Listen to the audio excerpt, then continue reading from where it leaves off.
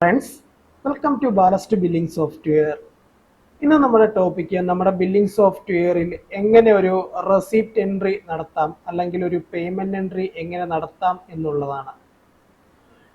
Okay, അപ്പോൾ നമുക്ക് അതെങ്ങനെയാണെന്ന് നോക്കാം. ആദ്യം തന്നെ നമുക്ക് വീഡിയോയിലേക്ക് പോകാം. നമ്മുടെ സോഫ്റ്റ്വെയർ ഒന്ന് ലോഗിൻ ചെയ്യുക. നമ്മുടെ സോഫ്റ്റ്വെയർ ലോഗിൻ ചെയ്തു വരുന്ന വിൻഡോയിൽ റെസിപ്റ്റ് ആൻഡ് പേയ്മെന്റ്സ് എന്ന് പറഞ്ഞൊരു സെക്ഷൻ ഉണ്ട്. ഈ സെക്ഷനിൽ പോയി കഴിഞ്ഞാൽ നമുക്ക് പ്രീവിയസ് ആയിട്ട് നമ്മൾ അടിച്ചിരിക്കുന്ന റെസിപ്റ്റ് എൻട്രീസ്, അതുപോലെ പേയ്മെന്റ് എൻട്രീസ് കാര്യങ്ങളൊക്കെ നമുക്കിവിടെ സെർച്ച് ബട്ടണിൽ നമുക്ക് കൊടുത്ത് നമുക്ക് കാണാൻ വേണ്ടി സാധിക്കും. ഫ്രം ഡേറ്റും ടു ഡേറ്റും ഡേറ്റ് വെച്ച് നമുക്ക് സെർച്ച് ചെയ്ത് കാണാൻ വേണ്ടി സാധിക്കും. ഇനി പുതിയതായിട്ട് ഒരു പേയ്മെന്റ് എൻട്രി നടത്താൻ വേണ്ടിയിട്ട് ജസ്റ്റ് ഈ പ്ലസ് ബട്ടണിൽ ജസ്റ്റ് ഒന്ന് ക്ലിക്ക് ചെയ്യുക. വിൻഡോയിൽ നമ്മളൊരു സെക്ഷൻ നമ്മൾ ടിക്ക് ചെയ്ത് കൊടുക്കേണ്ടതായിട്ടുണ്ട്. അത് കറക്റ്റ് ആയിട്ട് തന്നെ മാറിപ്പോകാതെ നമ്മൾ ചൂസ് ചെയ്ത് കൊടുക്കുക. നമ്മൾ നടത്തുന്ന എൻട്രി റെസിപ്റ്റ് എൻട്രി ആണോ അതോ പേയ്മെന്റ് എൻട്രി ആണോ എന്നുള്ള കാര്യം നമ്മൾ നിർബന്ധമായിട്ട് ഇവിടെ ചൂസ് ചെയ്ത് കൊടുക്കണം. ഈ ഒരു സെക്ഷൻ മാറിപ്പോയി കഴിഞ്ഞാൽ നമ്മുടെ അക്കൗണ്ട്സിൽ വേരിയേഷൻസ് കാര്യങ്ങളൊക്കെ കാണിക്കുന്നതായിരിക്കും. അപ്പൊ കറക്റ്റ് ആയിട്ട് തന്നെ ഈ ഒരു സെക്ഷൻ നമ്മൾ ചൂസ് ചെയ്ത് കൊടുക്കുക. റെസിപ്റ്റ് എൻട്രീസ് ആണെന്നുണ്ടെങ്കിൽ നമുക്ക് കിട്ടുന്ന പേയ്മെന്റ് ആണെന്നുണ്ടെങ്കിൽ റെസിപ്റ്റ് ആയിട്ട് നമ്മൾ ടിക്ക് ചെയ്യുക. അതിനുശേഷം നമ്മൾ എൻട്രി ചെയ്ത് പോവുക. അതല്ല നമ്മുടെ അക്കൗണ്ടിൽ നിന്ന് നമ്മൾ ഒരാൾക്ക് കൊടുക്കുന്ന പേയ്മെന്റ്, നമ്മുടെ സ്റ്റാഫിന് കൊടുക്കുന്ന പേയ്മെന്റ് ആണെന്നുണ്ടെങ്കിൽ അല്ലെങ്കിൽ വേറെ എന്തെങ്കിലും രീതിയിലുള്ള എക്സ്പെൻസുകൾ ആണെന്നുണ്ടെങ്കിൽ ഉറപ്പായിട്ടും നമ്മൾ ഈ പേയ്മെന്റ് എൻട്രിയിൽ നമ്മൾ ചൂസ് ചെയ്യുക. അപ്പം നമുക്ക് ഇതിനകത്ത് ഒരു പേയ്മെന്റ് എൻട്രി ഇട്ട് നോക്കാം. എങ്ങനെയാണെന്നുള്ള കാര്യം നമുക്കൊന്ന് ചെക്ക് ചെയ്ത് നോക്കാം. ഒരു പേയ്മെന്റ് എൻട്രി നമുക്ക് സോഫ്റ്റ്വെയറിലേക്ക് ആഡ് ചെയ്യാം. അപ്പം ആദ്യം തന്നെ ഞാൻ പേയ്മെന്റ് എന്ന് പറഞ്ഞ സെക്ഷൻ ഞാൻ ചൂസ് ചെയ്തു. എൻട്രി ഡേറ്റ് കറക്റ്റ് ആയിട്ട് തന്നെ നമ്മളിവിടെ ചൂസ് ചെയ്ത് കൊടുക്കുക. ഇൻബിൽറ്റ് ആയിട്ട് തന്നെ സിസ്റ്റം ഡേറ്റ് ആയിരിക്കും ഇവിടെ വരിക. ഇൻ കേസ് എന്തെങ്കിലും മാറ്റങ്ങൾ ഉണ്ടെങ്കിൽ ഇവിടെ എൻട്രീസിൽ ഇവിടെ മാറ്റി കൊടുക്കാവുന്നതാണ്. ഡേറ്റ് മാറ്റി കൊടുക്കാനുള്ള ഓപ്ഷൻസും ഇവിടെ ഉണ്ട്. അതിനുശേഷം എമൗണ്ട് എന്ന് പറഞ്ഞ സെക്ഷനിൽ നമുക്കൊരു എമൗണ്ട് നമുക്ക് ആഡ് ചെയ്യേണ്ടതായിട്ടുണ്ട്. ഞാനിപ്പോൾ ഇതൊരു സാലറി എക്സ്പെൻസ് ഞാൻ ആഡ് ചെയ്യുന്ന ഒരു സെക്ഷനാണ് ഞാൻ ചെയ്യുന്നത്. ജസ്റ്റ് ഞാൻ ആ എമൗണ്ട് എന്ന് പറഞ്ഞ സെക്ഷനിൽ ഞാൻ എമൗണ്ട് എത്രയാണോ സാലറി ആയിട്ട് കൊടുക്കാൻ ഉദ്ദേശിക്കുന്നത് ആ എമൗണ്ട് ഇവിടെ ആഡ് ചെയ്തു. ശേഷം ഞാൻ ഇവിടെ ഒരു നെയിം ആഡ് ചെയ്യാൻ വേണ്ടി ചോദിക്കുന്നുണ്ട്. നെയിം എന്ന് പറഞ്ഞു കഴിഞ്ഞു കഴിഞ്ഞാൽ ആ ഒരു സെക്ഷൻ ഏതുമായി ബന്ധപ്പെട്ടാണെന്നുള്ളതാണ്. ഇത് സാലറിയുമായി ബന്ധപ്പെട്ടതാണ്. അപ്പൊ ഞാൻ സാലറി എന്ന് പറഞ്ഞ് ക്രിയേറ്റ് ചെയ്യാൻ വേണ്ടിയിട്ട് ഓൾറെഡി ഉണ്ട് എന്നുണ്ടെങ്കിൽ നമുക്ക് അവിടെ ജസ്റ്റ് ക്ലിക്ക് ചെയ്തിട്ട് എൻ്റർ കീ പ്രസ് ചെയ്ത് കഴിഞ്ഞാൽ റൈറ്റ് സൈഡിൽ നമുക്ക് ചൂസ് ചെയ്ത് കിട്ടും.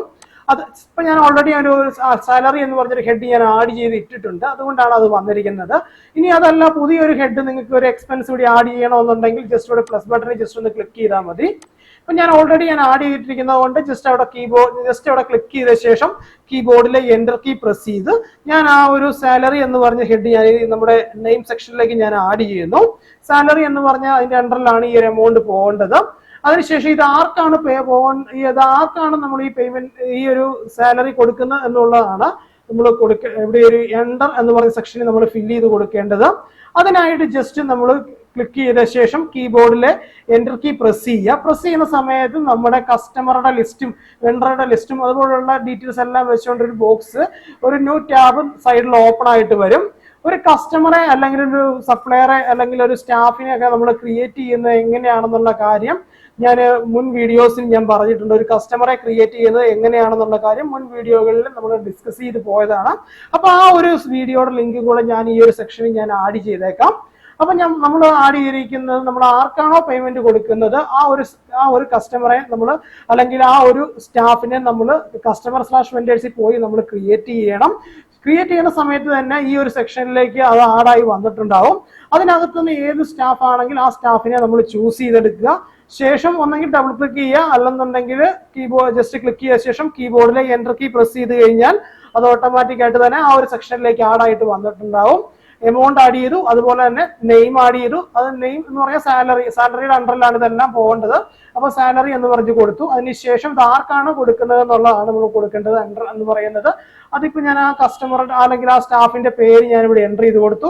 ശേഷം പേയ്മെന്റ് മെത്തേഡ് ഏതാണെന്ന് വെച്ച് കഴിഞ്ഞാൽ അത് ചൂസ് ചെയ്ത് കൊടുക്കുക കറക്റ്റ് ആയിട്ട് തന്നെ. ഇൻ കേസ് ഇനി കാറ്റഗറി ആയിട്ട് എന്തെങ്കിലും കാര്യങ്ങൾ കൊടുക്കണം എന്നുണ്ടെങ്കിൽ നമുക്കിവിടെ കൊടുക്കാം. ഞാനിപ്പോൾ നെയിം എന്ന് പറയുന്ന സെക്ഷൻ തന്നെ ഞാൻ കാറ്റഗറി ആയിട്ട് കൊടുക്കുകയാണ്. കൊടുക്കാൻ വേണ്ടിയിട്ട് ഞാൻ ജസ്റ്റ് ഇവിടെ ഞാൻ ജസ്റ്റ് ടൈപ്പ് ചെയ്ത് കൊടുക്കുന്നു. അതല്ലെന്നുണ്ടെങ്കിൽ നമുക്ക് ഇവിടുന്ന് ചൂസ് ചെയ്തെടുക്കാവുന്നതാണ്.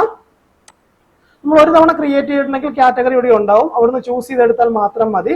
പുതിയതായിട്ടാണെങ്കിൽ ജസ്റ്റ് അവിടെ ടൈപ്പ് ചെയ്ത് കൊടുത്തു കഴിഞ്ഞാൽ ലോഡ് ആയിക്കോളും.